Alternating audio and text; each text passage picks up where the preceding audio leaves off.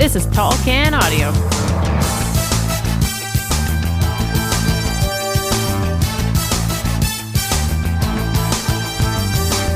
Hello, everybody. Welcome inside another episode of the Tall Can Audio podcast. Back in the studio in beautiful Bytown, Canada. On Twitter and Instagram at Tall Can Audio. You can give us a follow there if you'd so desire. My name is Matt Robinson. His name's Rob Christie. What's happening today, man? It's a nice midweek visit, Matt. I enjoy a little a post-work pint and a visit with Matt. Like, honestly, can it get any better than this? Well, this is the good stuff, right? Good to hear you. Don't have to see you. It's wow. Yeah. Usually it's people love to see me, not hear me. Okay. Well, I'm going to take the opposite today. This is okay. What are we sipping on here? Oh, you've caught me half prepared. Oh. I am drinking. He's always prepared. For sure. I never sit down behind the mic without there being pints at the ready. Usually with an S, yeah. Yeah. Not today. Nope. Nope. Well, you said not today. Sorry, I thought. Yeah. No, there's pints. Yeah, okay. I am drinking, and it's funny, as I was rushing to get home from work and get this all set up. Gotta see Matt. Yeah, I can't wait, man. I can't wait. And so there's been a pile of stuff in the bottom of the beer fridge that I've been like, not today. Yeah. And sort of pushing it around. So today I'm like, I'm gonna go something dark. It's still feeling wintry. Yep. So the first thing I pulled out, I'm like, how does this make it in here? It's a sour IPA. Okay. Not what I had in mind. Right. The second one, I'm like, all right, this looks promising. I get it upstairs, and it's a salted caramel from Waterloo. And I'm like, I just tried that the other day, man. Well, that's what I said on the show. Oh, okay, yeah, okay. You had it with me, so right. I'm like, I can't. That's been a leftover from Christmas. Apparently should have hit that one earlier because it's been drank out of date. So, yes, one of those things. I've now settled on a cherry porter from McLean's in beautiful Hanover, Ontario. Where coming the in at a fuck is Hanover, Ontario? Elmira? How about that? Elmira. Yeah, not home of the Jackals. Two entirely different places. But yeah, it's north of Kitchener. It's sort of making its way up in. Oh, okay. So makes sense, right? In German country. Yes, exactly. So New Hanover. Cherry porter from McLean's. I'm going to have a pull on this and see what do you got going on over there. So it's funny you say that because, again, this is sort of a impromptu show, and we just sort of decided today we were going to run this out here based on circumstance, and we'll get to that in a second. So same thing, just kind of reach in, what's kind of been sitting here, what's been pushed to the back a couple of times. And I know I've had this before, and I believe I actually had it somewhat recently on the podcast, but this is the traditional Irish Red from Brock Street Brewing Company. They're at a Whitby. Same thing, you're just kind of looking for, kind of dark, but it doesn't have to be a stout. Just did the stout thing again on Sunday. So, this is a nice one. I've had it before. Nice and creamy, right? I like that sometimes in a red. So, that's what we're riding with over here. Red's a good color for you, Matt. For sure, man. Walking around looking like Kool-Aid. Yeah, 5.6, not too shabby. In figure and in... Yeah. Hey. Oh, yeah. Okay, that's where... Don't be hitting me with the Fat Albert. Sorry about that, man. That was not an accident, folks. Yeah. No, I couldn't remember what he said as he comes barging through the wall. But you're right, it's not hey. No, it's not. And I was going to break into the Mushmouth character from Fat Albert, but I think that's no longer acceptable. Okay. So I'll just move along from that. Yeah. In terms of a porter, it's got all the things you would like. Okay. I am getting zero cherry from it. Right. And again, with the cherry, I would just like something subtle, a little something in the back, but I'm not getting it. And there's now actually virtually zero head on it, which is also slightly disappointing when I've poured it just, so you heard 3 minutes ago. Be subtle. Just a little something on the back. Well, Don't come cherry too- especially. I got yeah, exactly. A little subtle in the back door. Just Yes, a little tick. That's all it exactly. needs. It doesn't need to be anything more aggressive. Be than jamming that. away at it. Yes, exactly. trying to like work the slot machine. One too many rum punches. What's that? One too many. Yes. So the reason we're here is, of course, pretty big news on late Monday evening that the owner of the Senators, much maligned here in the market at times, and certainly here on the podcast at times, has passed away at age 62. They haven't released a lot of details on what exactly has happened. It's said in the statement after a courageous battle,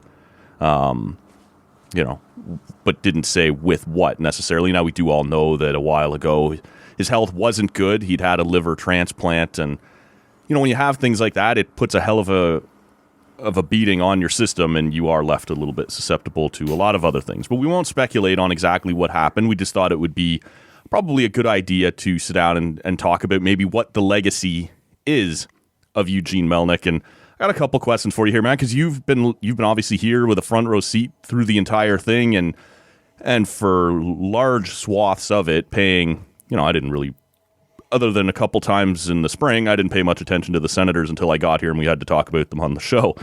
But before we get into the legacy and all these sorts of things, just sort of first reaction when you heard last night. Yeah, well, when you reached out to me, I had brushed my teeth. I was watching a bit of the National, hopped into the sack, right? Like I'm just. Yeah, it was like 10:30 or something. Yeah, and so, I was like, oh, my phone's beeping. Anyways, I looked at it, and you're like, hey, you're laying this out. First of all, I was shocked. I knew he wasn't well, but I had no idea it was that close or imminent. And then there was a bunch of shameful thoughts that go through your head, right? And you said, hey, do you think about hopping on for a midweek and ripping through this, or do you think it'll hold? And I'm like, I didn't know how I was going to reconcile all that I feel for the situation with the Senators and sort of overlay that on top of a man's just died. Yep. And, he's survived by two fairly young daughters, I believe 18 and 22. I believe that's about right, yeah. And so I'm like, all the things that are racing through my head franchise-wise, sort of trample on the life of a human, right? And so who had loved ones and was loved and loved people and all those sorts of things, right? And so I was like, it can hold probably till Sunday as I grapple with my own personal take. But by the time I got to work this morning, I thought, okay, you know what? I can put this into better perspective. I think I was shocked last night a bit. And so you hadn't heard until... No, you broke the news to me. Okay. And then LSG was right behind you. Ding, ding. And I was like, okay, look at these people on Twitter people. Everybody clearly wants to talk to Rob. Well, and just, or break the news. Right. And so that's the world we live in. Yeah. So, yeah, I was surprised.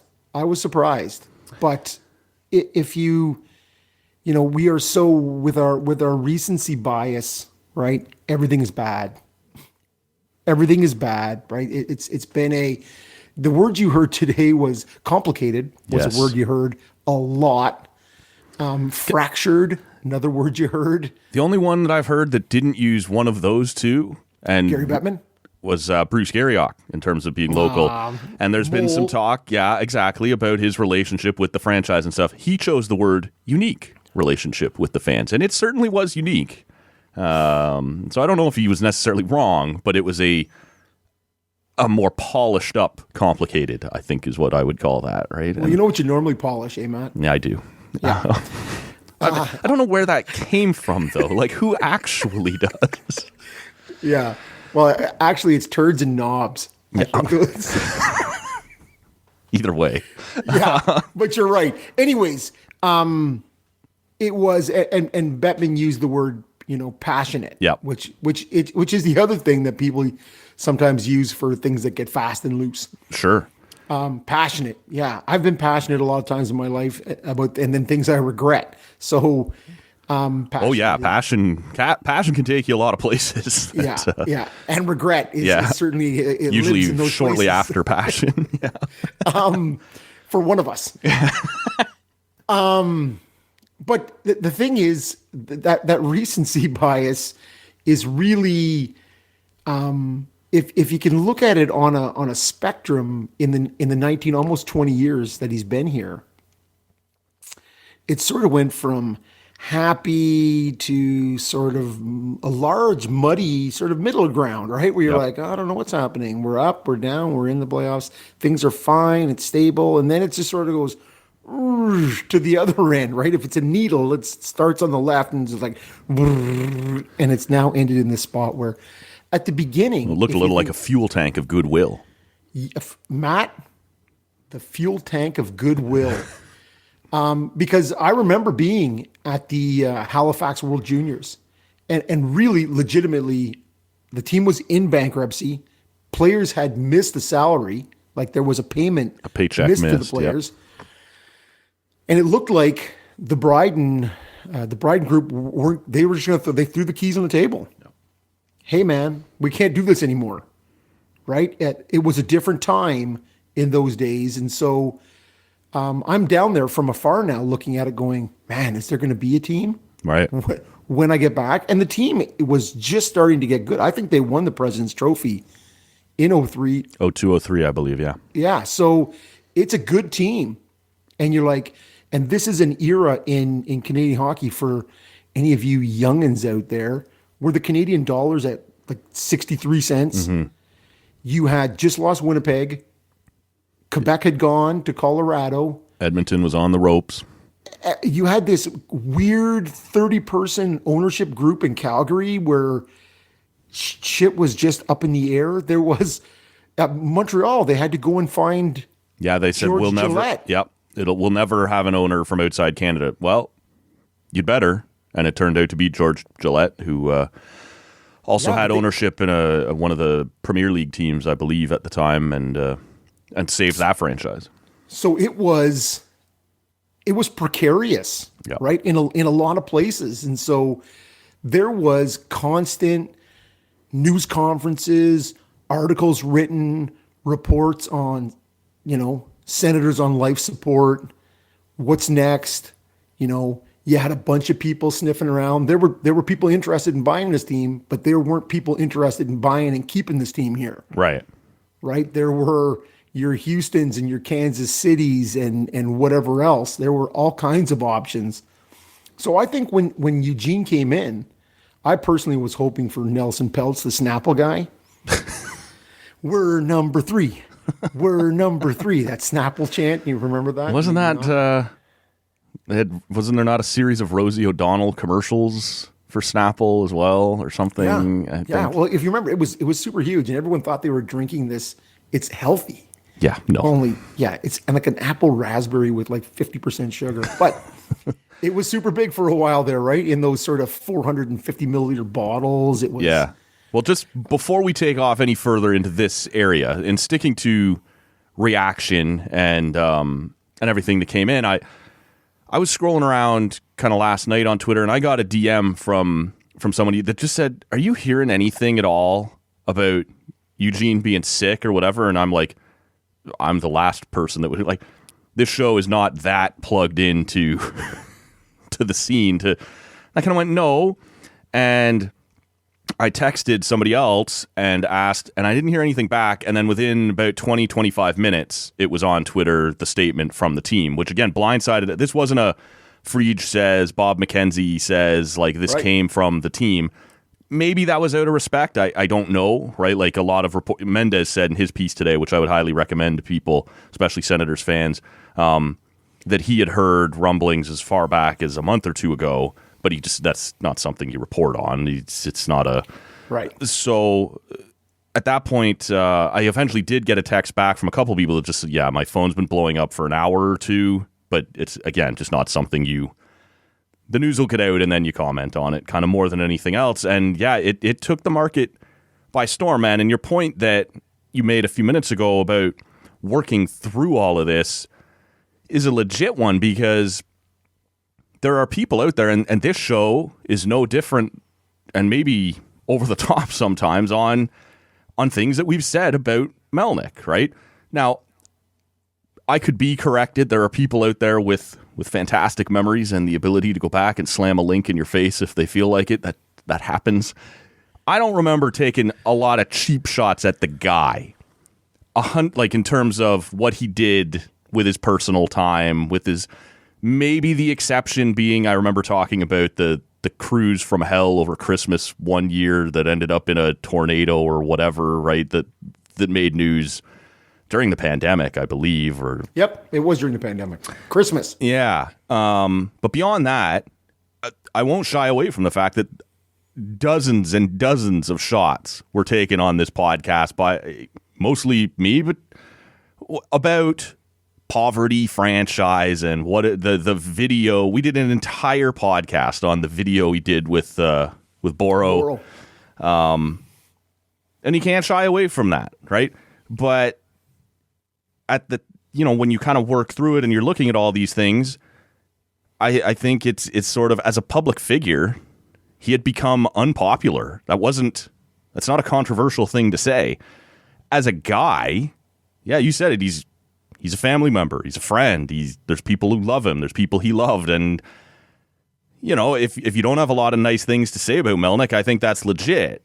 And you don't have to pretend that you do, but maybe you can also pass on the tap dancing on the grave kind of things right, that typically follow up here. And so it's okay to have these sort of complicated feelings. And for Senator fans, it's obviously going to be amplified than it is for somebody like me. But it was interesting, just in the couple of people that I reached out to either late Monday night and again early Tuesday morning, that just said, yeah, like it was sort of, and Mendez said in his piece, and someone else said to me via text message, it was really weird that Melnyk didn't publicly say anything about Ukraine. That's been a thing for him, right? As someone with Ukrainian heritage. Yeah. And when the war started there, they expected to hear more from him, and it started to set off these kind of alarm bells that he's not commenting on that publicly, at least on video, right? Like, yeah, it was just in print. Yeah. So that is what started this for some people. And then I guess as Monday evening built, the rumblings started to really kind of come, and then all of a sudden the team put it out. So that was interesting just to hear that even some of the people who are really plugged in this market, knew something was off, but didn't know, like you said, that it was anywhere close to this bad until it was, it's over. Like, yeah. So let's just kind of which does make it more complicated. Of course, yeah. It's not like, he's battling, and then you have these moments where you're like, there's some sort of softening. Right. It's just like right away, bam. And you're like, how do I feel? Oh, that tweet I posted 2 days ago is going to age poorly, right? Or whatever. Yeah. And in terms of your reactions to it, too, you haven't had the chance to sort of have that 11th hour reconsider or whatever it is on the fans' part, right? Sure. So why don't we go back to 2003 when he buys the team? You set it up nicely there that, the team is on life support. The ownership group is basically done, and the franchise has missed a paycheck, which is the alarm of all alarm bells, right? That, they can't even afford to pay their goddamn players anymore. And for all the things that we criticize Gary for, the league does step in, help guide the franchise through the process. And he is, when we talk about Winnipeg 1.0 and Quebec and the crap that he takes for that, he does help save the Sabres, the Senators, and the Oilers in their in their markets at the time. Yep. Eugene steps in at the time, big money. He's a guy who promises, and it's a promise that he kept despite some bumpy roads along the way. I'm going to keep this team in Ottawa. Do you remember sort of after the uncertainty kind of fades and, okay, he's bought the team, this is his thing now. Does it calm down? Is there excitement, or is it just back to business as usual? We're a typical NHL hockey team. Like, what is the initial reaction to Eugene in Ottawa? Yeah, well, it's like anybody who has any kind of insecurity or uncertainty in their life. They talk about food insecurity, right? Like, when's my next meal coming from? Mm-hmm. This idea that the franchise is on the rocks. And as soon as he came in, you're like, yeah, this guy's got billionaire attached to his name, right? BioVale's the company, I believe, at the time, right? Yeah. Pharmaceuticals. Yep. He was also a horse breeding. He'd had. So to me, that smacks of money. There's a bunch of that, right? Where you. Yeah. And so, I know he was a bit quirky, eccentric, but he was a billionaire, and he was the owner of my team, and so. And he's wearing the jersey, and he's talking big talk. That's what I want. Yeah. And you're like, okay, this it takes a while, right, for that insecurity to wear off. And he inherited as poor. Hey, he bought it for the team and the stadium, the arena, 92 million US, 130 million Canadian, right? Whatever the value is now. Now there's debt against it, and there's a potential $1 billion lawsuit in September. I was talking about that with somebody today. What's it worth? Might it get sold? Will it stay in the family? And then someone put that reminder out. I think it was Sean Simpson. Hey, by the way, $1 billion lawsuit pending. Oh, that'll cool your heels in a hurry on. Yeah. Well, and nothing will get settled. No. While that's out there. And now that's one of the questions. Now we can get to that or not later. Yeah. But with somebody else in charge, if the pissing match maybe sort of cools a bit, because if you remember, it was I'm going to sue you for 900 million. Well, I'm going to sue you for $1 billion. You're like, okay, take this. But it was interesting to hear back in either early in the new year or late in 2021, where the idea was he both doubled down on staying in Canada, but also said that they were maybe open to inquiring about LeBreton again. And you're like, what? It did seem like it wasn't as dead as it was. Right. And so for many fans, but yeah, so if you double back to 2003, it was this good thing. And he inherited a very good hockey team. Yeah. The business was shit, but the team was on the come of becoming really good, if not already really good. Right. And so he paid. He paid to keep that team together through 2009, and it was great. It was golden years here, right? That's the end of an 11-year straight run in the playoffs, which everybody thought would go on forever. It doesn't, Matt. And not that I need to tell you. Yeah, thanks for clearing that up for me. But it's just, then things started to go, sort of into that. But it was great. And I would even throw into the end of those golden days, the World Juniors, which the organization spearheaded to bring here. That was amazing, right? Then followed by the All-Star game, all those sorts of things. The outdoor game in 2018, whenever that was, where he actually shat on it. Yes. But I liked your idea. Of bringing it, right? And so I heard Chris Stevenson today, and I think CJ put it really well when he said, both a bonus and a curse is that there really wasn't a bigger fan of the franchise than the owner himself.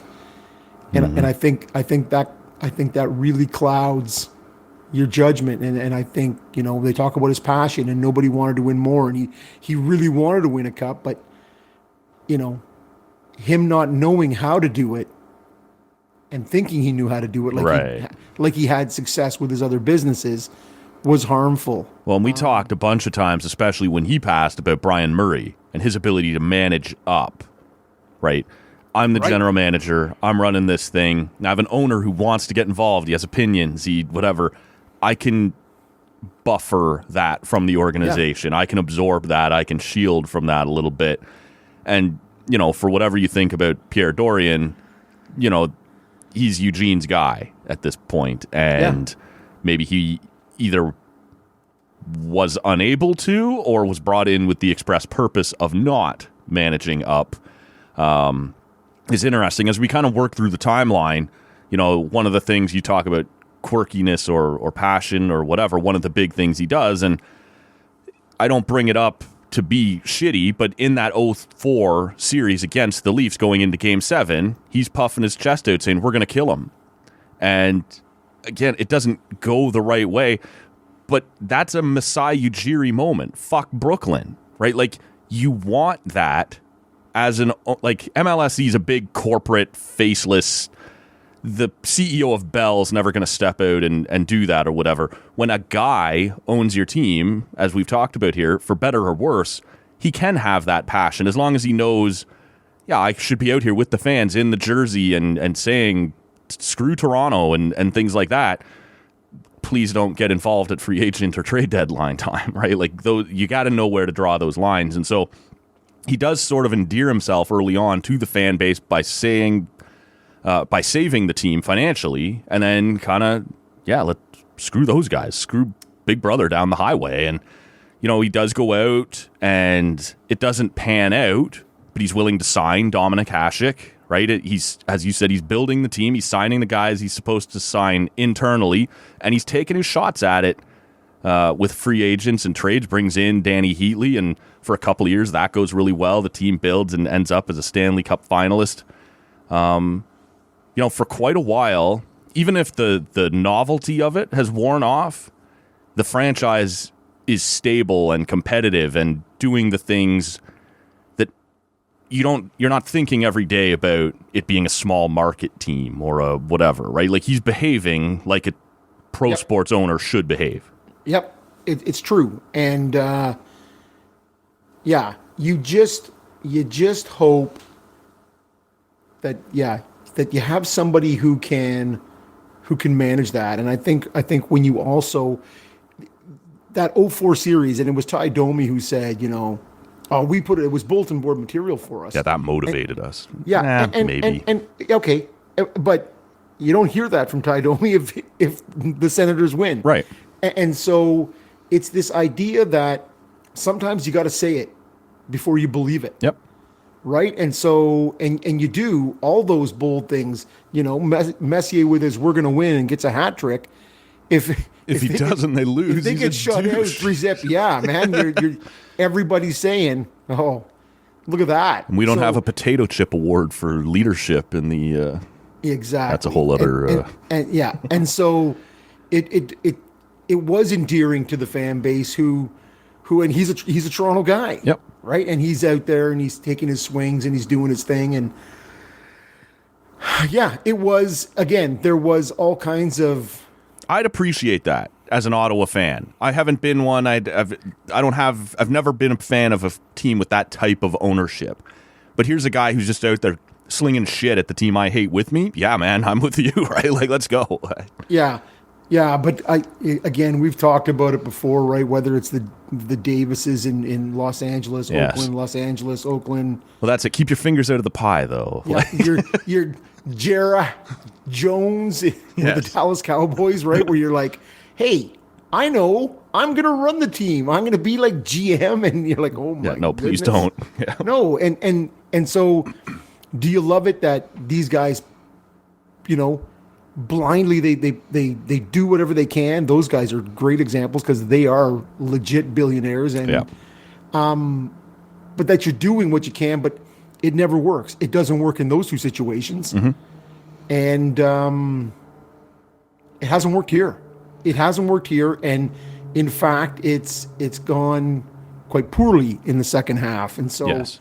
Well, where does it start to turn? Is it 2009 that Heatley demands a trade, or is that 2010? It's somewhere in that neighborhood. Yeah, it is right in that. It is right in that neighborhood. I guess, yeah, because in Vancouver, the Vancouver Olympics, he's on that Shark line.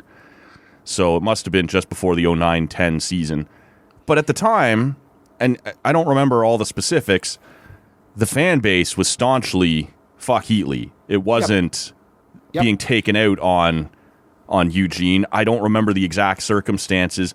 When do you remember starting to go, okay, maybe this isn't as bulletproof as I thought, or maybe he's not quite what I thought, or the ship's starting to turn a bit? To me, it's Alfie's departure. So that's around 12? Okay, 13. 12, 13, in there, yeah. That's where it is for me, is it's post-All-Star game, because the All-Star game was here in 11, 12, I think that one is 2011, I believe. Okay, So it's when that happens, and there's a lot of miscommunication there. But when you lose the soul of the franchise, and there's a lot of reasons why that was, money promised, handshake deals, yada yada.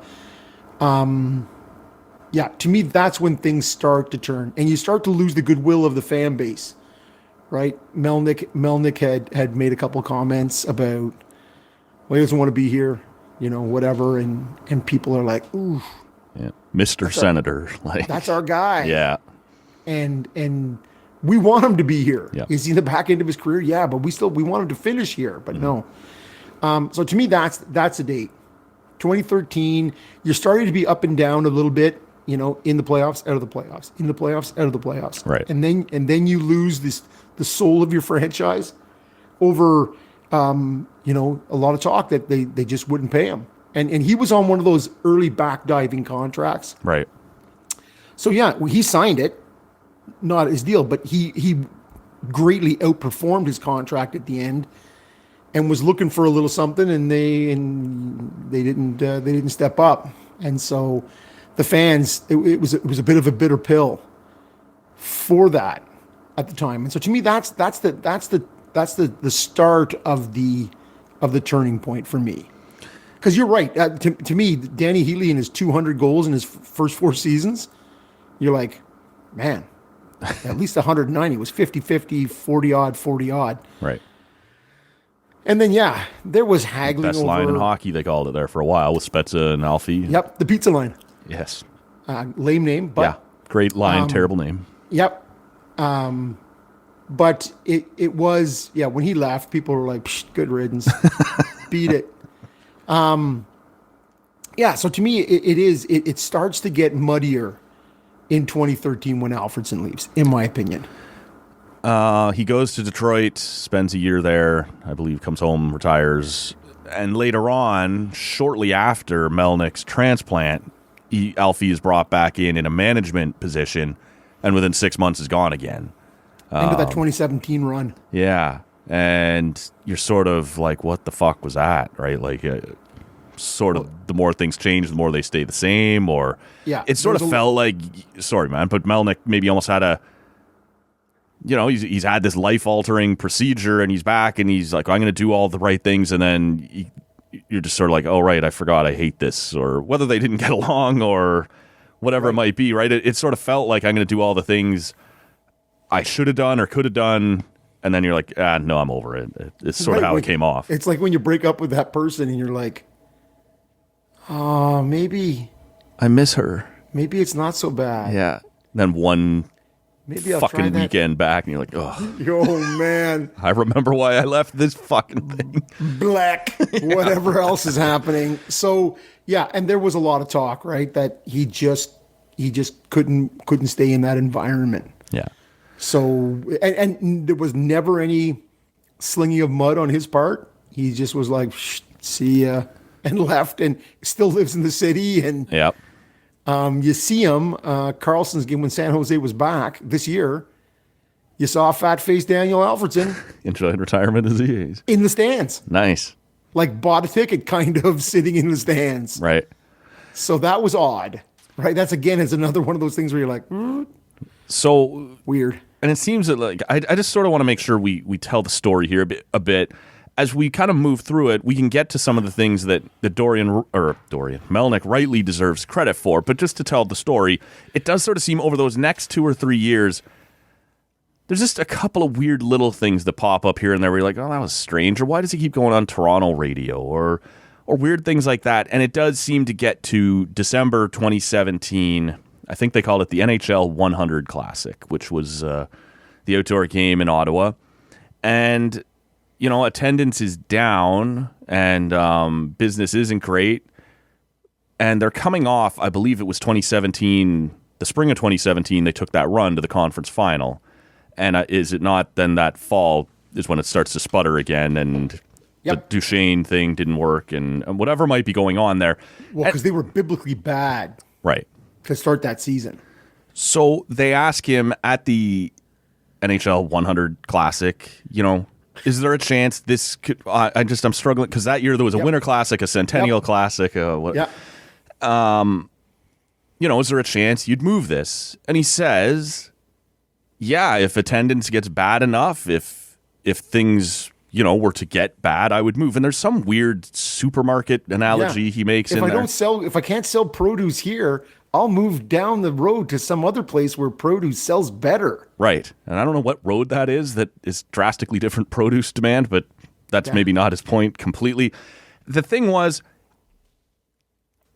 at the heart of it, and he would say this later, go back and watch my comments on YouTube. Was his quote, but yeah, for any sports franchise, if things were to get bad and no one was coming I'd probably move. Did you have to say it tonight? Or did you really have to say it at all? Like, people understand if no one's supporting a team in a certain city. I get it. He knows the eyes of the world are on his team, and he's trying to send a message here. We need to do better. We need to sell more tickets. But at the same time, Senators fans, perennial little brother, stuck between Montreal and Toronto, almost never on national broadcasts for big outdoor games and stuff. Did you really have to make this weekend about that as much as anything else? Because, again, I don't think the comments were crazy, but your timing sucked, man. And as much as anything else, that's the way I remember that playing out. Right. But it was always like that. And they go, yeah, well, he speaks his mind. And you go, yeah, but you have to have a little tact if you're trying to run a business where PR is such a big thing, right? Maybe where the biggest thing, it is such a gate-driven league still. Yep. I don't care if the media money has grown exponentially. You can't piss off the paying customer, right? Or cause doubt. It is really damaging to a business. I don't remember even then, but again, I would have been less close to it. I never took the comments to say, this is moving pretty soon. But he didn't take it off the table either, which I think was upsetting to people. Did you feel then, because it was after that, we started to see the awful attendance. Like, it didn't get really bad until after that moment. It was almost like it had the opposite effect that he was looking for. What did you take away from that weekend? Right. I don't think that, but it came across, whether it was intended or not, it came across as a threat to the fans. Yeah. And a lot of people felt like, fuck you, man. I'm not doing it. I'm not doing it on your timeline. You give me something to look at. You make things better. Right. And so, people were disgruntled by it. And so, but to me, it's always those sorts of things where he just, as you said, not just going only on Toronto radio. The times he would come to Ottawa, he would go to the news, 580 CFRA, and do an interview there, bypassing the team that covers the station that covers. Your broadcast partner. Yeah, his games. TSN 1200, And gives like 12-hour a day. Yes. Like almost incessant Sens coverage. Yep. And you don't go there? It's odd. That was one of the things that seemed to turn some more people. Some people would have read a lot into it, some wouldn't. It was a year or two after this that he makes his comments about one of the most popular media personalities in Ottawa. And bias is on the table. Ian Mendez is a friend of this show, but he calls him Bush League for some questions that he asks Pierre Dorian about the rebuild. That turned some people off. But we are at that point already into a downslide in attendance. Some of that, obviously, based on performance of the team, right? It's fallen off, and we're now rebuilding. And but also, people are saying, I'm not supporting the team as long as he owns it. We're starting to see the Melnyk out billboards, which were always, I guess it's a voicing of frustrations, but it was never like, I don't know, Matt. Like those billboards and that movement always seemed weird to me because you're not demanding someone be fired. He can't be fired. He owns the thing, right? Like you can put enough pressure on an owner to fire a GM eventually if it's bad for business. If he owns the thing and he's hello Garth Snow, right? But if he's owns the thing and is willing to just wait you out, it's up to you. You have an NHL team in your city or you don't, based on your own. Right. choices. Right. And it is worth noting they were talking about, because he has done, there's a pile of below the radar charitable work that's been done. Right. And I do have that here on our to get to list. Okay. I was saving it towards the end to kind of to balloon him back up a little bit after we do tell the complicated and unique story. Yeah. The unique relationship. Yes. But so there was, and there got to be more of these things, like, along the way you had he's going to get a forensics guy to look into what's his face? Carlson. Who cut Carlson's Achilles. Oh, Matt Cook. Matt Cook. Yeah. Then there was the Crosby on Mark Mathott's finger. Yeah, the slash there. And how, Crosby should be suspended for a year or two, and how he should be wiped off the map, like these kinds of quotes. And again, it's just one of those things where you're like, I think I'd forgotten about it because it was long before I moved up here. The one quote, it's maybe around 08, 09, and he says, anyone who thinks this team should be blown up and rebuilt should get a bomb and blow themselves up. And you're like, wow. Man. I don't remember that, but I actually like that. Yeah, for sure. So, it's strong. Yeah, that was in a couple pieces I read today. Okay, no. Wow. I totally forgot that, right? And so, but the Mendez bit is interesting because, as he wrote in the article, it's a unique relationship that they had, right? Yeah. That was so good for so long, and then soured at the end, right? And it's one of those things. I don't know Eugene Melnyk. I've never met Eugene Melnyk. Right. I have met and spent time with Ian Mendez, and I can't think of a kinder soul. Right. So it's just one of those things, right? Where you're. And so it is pointed out in a few different articles that as things got more bitter and contentious, not just with Ian, but with multiple media members, if you crossed a line, if you were too critical of the team, he would just cut off your access, and he would instruct people within the organization not to do interviews with certain people, and that built up resentment within the fan base as well, because now it became very clear these people are on the Sens nice list, and these people are on the Sens naughty list, and now it makes it very hard for me as a fan to understand the people on the nice list. Can I take them seriously, or are they just shilling for the organization? And there are elements of both, right? Some that are just shilling to stay in the good books, and some that just genuinely never crossed the boss, but are still doing a good enough job. And it gets complicated in a hurry, but we should, as you mentioned there a minute ago, this is an interesting point in Mendez's piece, which we'll share the link to in the show notes. He says, when my daughter was sick, there was a lovely care package from Eugene Melnyk that he goes, at first I just kind of went, yeah, okay, like his assistant probably hooked that up. He knows who I am and whatever. But he said just a couple of days later that Melnyk came charging across a crowded room to get to him and to say, how is your daughter? How are things going? We've seen Melnyk take an interest in Stuntman Stu when he was battling cancer. He's, for those not in the Ottawa area, a very popular radio personality in the city who at one time did do sports, but had moved on to a popular morning show here. And was the in-house announcer That's at correct, the CTC. right. A very important point.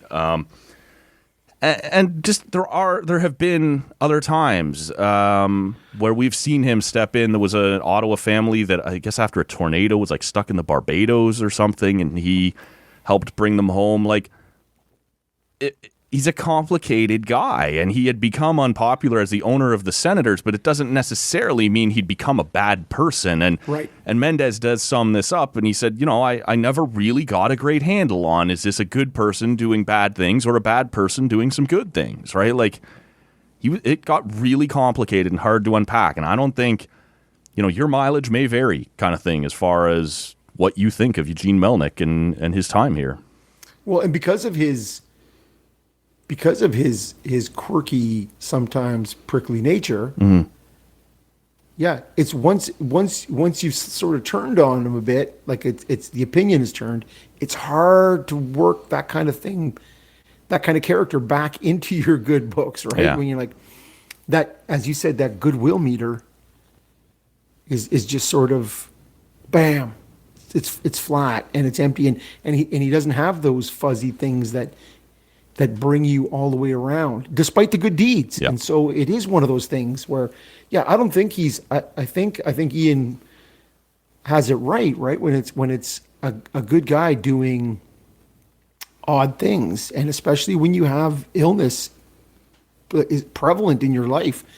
Who knows what happens in terms of decision making and the way you behave or act. But yeah, it certainly did get interesting by the end. Well, and yeah, so he has the liver transplant. Part of that comes from the Sens community, right? There is a call out.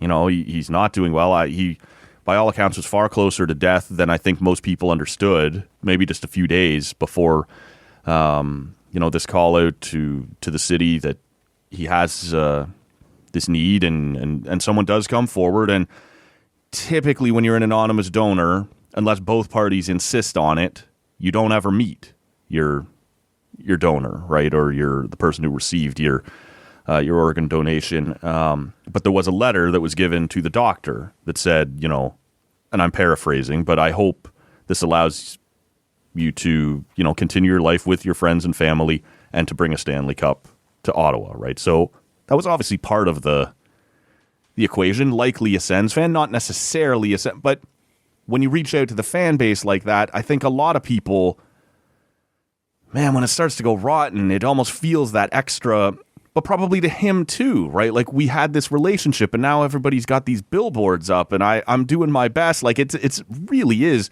complicated is the word on both sides of it, I'm sure. Yeah.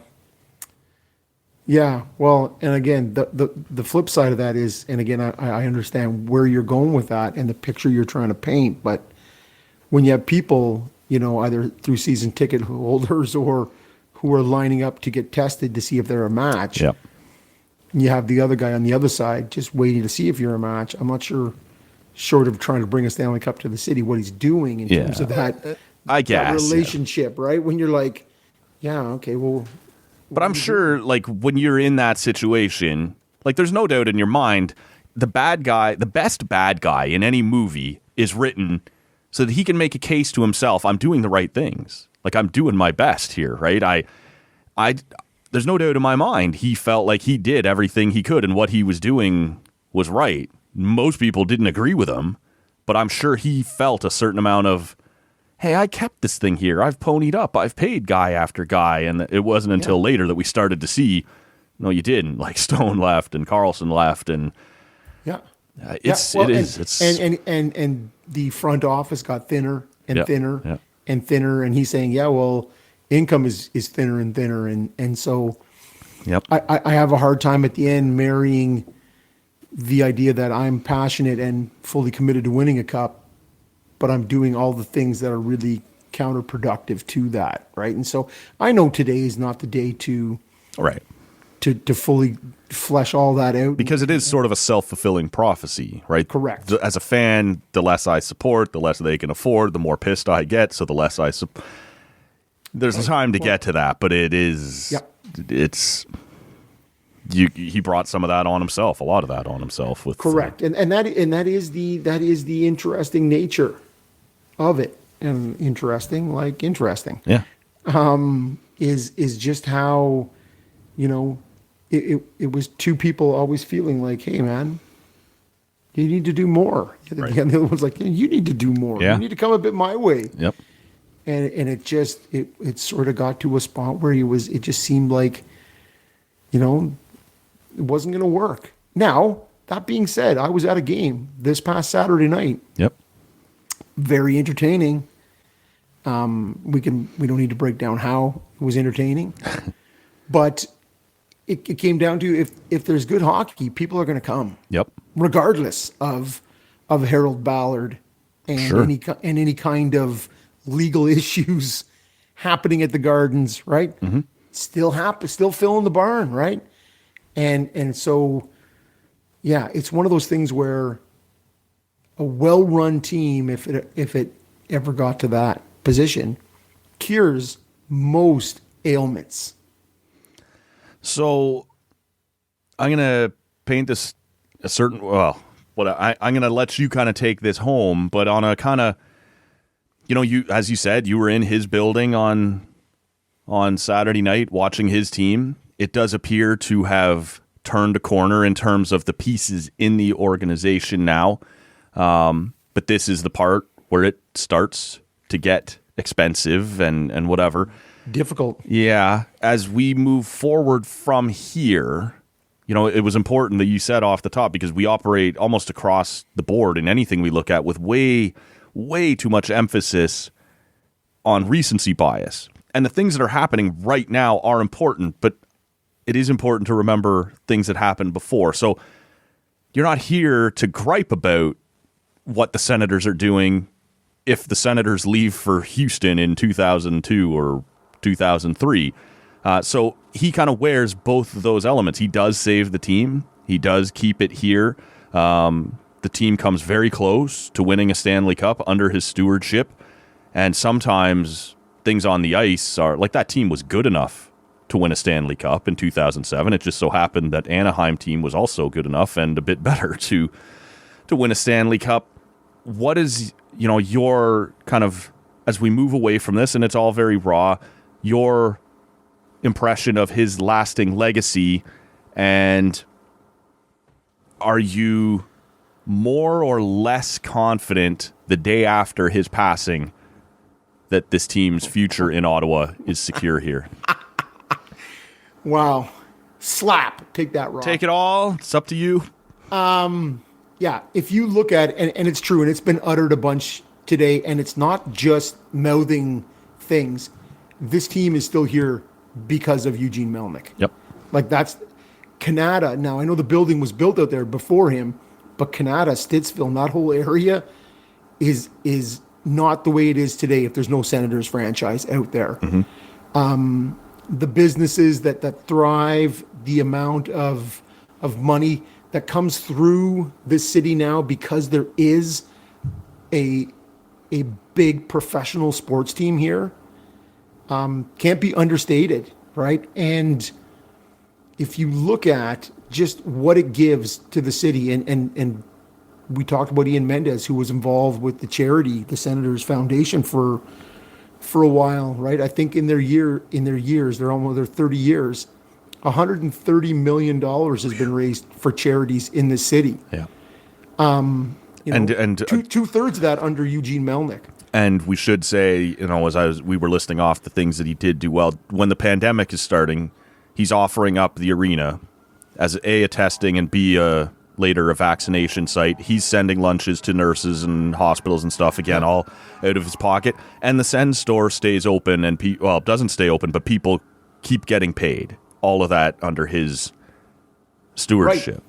And so, to me, those are, you can't dispute that part of it. And as somebody who intently follows the franchise, loves hockey, loves having a team in the city, I've bought at least 3 games worth of tickets this year. Yep. Sometimes for a product that's iffy, and I can only look to buy more as it gets better. Yep. So it's important for me to have the franchise here, and I'm appreciative of his impact and his, what's the word I'm looking for? But the reason that it is that way, mm-hmm. is a great deal to do with him. And if you look at it now, I can't really say what's going to happen, but you hear it all around. It's all around this team of people who are interested and willing to purchase this franchise if it doesn't stay in family hands. Right. But either way, I think the future's bright. I think for this franchise, both the ever improving talent standpoint, and we're gonna see, whether it be new ownership or revamped leadership under whoever is going to lead this team now, right? I think there is people who are going to be willing to to embrace what comes next with this franchise. I know we've talked before on the show, and at times I took some blowback, and maybe fair enough for saying there were times where it felt like everything that was going wrong was blamed on Eugene, even when it was unfair. Like, every problem, every issue I have with the team right now, I'm blaming on the owner. And it almost became a crutch, right? Like, in the overwhelming majority of sports franchises, when your team sucks, when you're rebuilding, people don't go. And that's just the way it is. I'm not going to go and watch my team get crushed every night. And so it sort of became, for some cases, a crutch that while the team was bad, I can say, no, I'm not going because of the owner, was sort of my takeaway of that. And you're seeing now, in fact, one tweet that's getting a pile of mileage just today is, what's the next home game? Sunday, I think. Sunday against Detroit. Let's pack the house on Sunday in honor of, man, if you'd have packed the house for him when he was alive, there'd have probably been a little less, and so I do wonder how much of it, was the owner and how much wasn't. And I think we're going to find out, and maybe not in a completely objective way, because the team is turning the corner and is getting better. So people are more excited to go, and you're coming out of the pandemic and all these sorts of things. Right. It's not a completely objective measurement, but I do think we're about to find out how much of this was Melnyk and how much of it was whatever, the location of the arena or the losing. Well, and we talked about all that, right? That you say, hey, like the Rendezvous Le Breton thing, if it had gone through in 2016 and then they were saying doors open 2022. Yeah, you'd be getting ready to move in right now. Your team is getting better. New barn. Man. Yikes. Can you imagine the 2022-2023 Sens opening up their season in a brand new barn with all the excitement? Yeah. I can, Matt. That's the problem. It was on the table. We talked about it in year 2 of this podcast. And so many other people talked about it too. Yeah. But there's always a lag. Yeah. When things go badly, attendance stays okay for a bit before it wanes, right? Whether it's through season tickets or tickets bought in advance. Sure. Similarly, when things get better, there's a bit of a lag, right? In terms of, hey, do I want to reinvest? Sounds like a lot of things we're dealing with right now. Yeah, exactly. So to me, I am optimistic. I am optimistic about how this goes. I think we can wrap it up this way and look at it with the idea that. Sorry, there was one more thing I wanted to say on the attendance and franchises that go south. You look at the Blackhawks of the early 2000s. That team sucked. Mm-hmm. The attendance was terrible. You look at Colorado, who sold out, 300 and some odd straight games. Then they were very bad. And their attendance went, hey, you stopped selling out games. Well, the impenetrable fortress. We forget it now, but in the mid-2000s, there were suites at the ACC unsold, lights off in certain, Right. You were never going to crack that facade. Oh, you cracked that facade. There is indifference in this market at this point. It happens. Well, and pre, like in the tank years, just pre Matthews, right? You had people on saying, "Hey, I can't give away my Leaf tickets tonight." Right. Well, because everything else, the parking is still going to cost me. The beers are going to cost. I'm not paying that to go watch Lee Stempniak's Leafs against whatever. And so you're like, oh. But it happens. Yeah. It happens. But you can't have an owner pissing on people either. While it's happening. Exactly. Like, hey, do that in the good times. Yeah, sure. So it is, again, if in wrapping, there's so many benefits that are owed directly to him keeping this franchise here, right? So that on this day cannot be debated. Whether it be, the business benefits, the growth, the city growth, whether it be the charitable side of it, and the fact that I still have a team to watch here, whether I'm pissed off at it, right? But hey, man, Leafs and Cubs fans, Red Sox fans for forever. That's what. Hey, man, that's a lovable loser is almost at times as good as a winner, right? Yeah, yeah, and that's it. As you said, it was complicated. You didn't have to love everything about him to understand that he was the reason your franchise stayed here, and yeah, it got bad. You don't have to pretend that's not true either. But 62 is still way too young. Way too young. Yeah. So, yeah, my heart reaches out to his family, right? Because that is, no matter what else, as we said, right? He's a father and he's still a son. His mom is still alive, right? And so, man, it sucks to be a parent burying a child, right? At whatever age that is. Yeah. So, those are the things that whatever else we talk about, right, can't be disputed here today either. No, you're right, and that is the most important thing. Your best days as a public figure might be behind you, but in your private life, it's a totally different scene. And so, yeah, hearts out to those people, and thoughts with them, and we'll have plenty of time as we move forward to talk about what this means for the franchise and the arena and all those sorts of things. But just wanted to get something out today and talk about what is by far the biggest story in quite a while in this market that the show is based in. It is, for a lot of Americans, the only reason they know where Ottawa is or whatever. You hold a spot down in one of the big four North American sports. Well, and most know it because it's close to the capital, Toronto. Obviously, yes. For sure. Anything else you wanted to hit on this one, man? No, I think that's about it. That's about all I got. Because the business of sports does continue. For sure. And by the time the good listener is hearing this, we'll have seen Ottawa in Nashville, the rugged Predators. So the business goes on. No doubt. Doesn't wait for anyone. The business of this show rolls on as well. Thursday morning, Michael Barclay will be on the podcast to talk about his new book, Hearts on Fire. The 6 years that changed Canadian music, 2000 to 2005. Hope you'll join us for that one. But until then, we'll wind this one down here. For Rob, my name is Matt. We'll see you next time on Tall Can Audio. See ya.